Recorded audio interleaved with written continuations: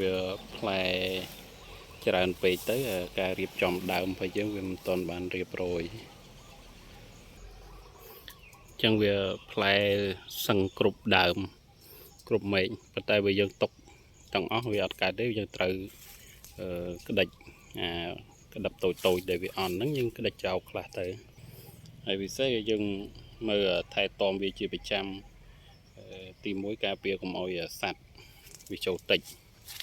ហើយយើងស្រោបវាឲ្យបានត្រឹមត្រូវអញ្ចឹងទៅអញ្ចឹងក្នុងផ្លែនីមួយគឺវាមើលទៅគឺវាល្អហ្មងសមមើលតែយើងទុកច្រើនពេកអត់កើតទេក្នុងមួយម៉េចអញ្ចឹងយើងអាចនេះចោលខ្លះកាត់វាចោលខ្លះមើលដូចមួយដើមនេះអញ្ចឹងគឺវាផ្លែច្រើនពេកដល់កណ្ដាប់ផ្លែច្រើនពេកទៅមួយម៉េចរបស់វា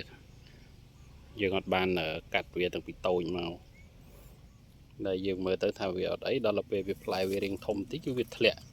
ចុះមកក្រោមអញ្ចឹងទាំងអស់អាហ្នឹងវាប៉ះពាល់ដល់ដើមហើយយើងឧស្សាហ៍មើលមែកចាស់មែកតូចចាស់គឺយើងកាត់ចោលដើម្បីកុំឲ្យវាធ្វើទុកដើមមើលច្រើនមែនតើផ្លែវានេះយើងបេះចោលអស់ច្រើនហើយបើយើងទុកទាំងអស់គឺវាអាចនឹងប៉ះពាល់ដើម